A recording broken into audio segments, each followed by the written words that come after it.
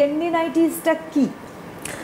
Tendinitis আমাদের শরীরের মধ্যে যেরকম মাংসপেশি রয়েছে, মাসল বা হাড় বোন যেগুলো রয়েছে, তার মধ্যে টেন্ডন, যেটাকে বাংলায় কন্ডরা বা পেশিবদ্ধ বলা হয়ে থাকে, এই টেন্ডনগুলো যদি আমাদের ইনফ্লামেশন হয়ে যায় বা ফুলে যায়, তাহলে সেটাকে আমরা টেন্ডিনাইটিস বলে থাকি।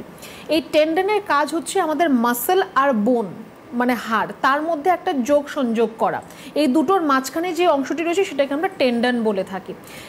বেসিক্যালি টেন্ডিনাইটিস খুব বেশি দেখা যায় আমাদের শোল্ডার, কাঁধে বা এলবো, কবজিতে, রিস্ট, আমাদের এলবো এখানে আমাদের কনুই, আর কবজিতে, রিস্ট এখানে, হাঁটুতে, আর হচ্ছে আমাদের গোড়ালির কাছে।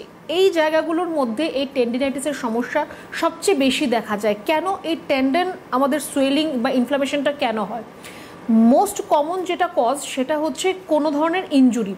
সাপোজ আপনি ধরুন কোথাও যাচ্ছেন, আপনার হাতটা একটু আপনার চোট লেগে গেল, কোথাও ধাক্কা লাগলো, বা কেউ হয়তো আপনার কোনো কাজ করতে গেলে আপনার বেসামালভাবে আপনার হাত বা পায়ে আপনার চোট লেগে গেল, সেখানে আপনি দেখবেন যে আপনার এই জায়গাটা ব্যথাটা হয়তো আস্তে আস্তে চলে গেছে, কিন্তু একটু ফুলে আছে জায়গাটা, সোয়েলিং হয়ে আছে, বা আপনি হাত ঠিকভাবে ওপর নিচ করতে পারছেন না, চলাফেরা ঠিকভাবে করতে পারছেন না, তো সেটা আপনার টেন্ডন যেটা রয়েছে তার মধ্যে কিন্তু আপনার আঘাত লেগেছে, তার জন্য ওই জায়গাটা ফুলে গেছে, সোয়েলিং হয়ে গেছে, সেটাকে আমরা টেন্ডনাইটিস বলে থাকি। আমরা আজকে এই আলোচনায় থাকবো।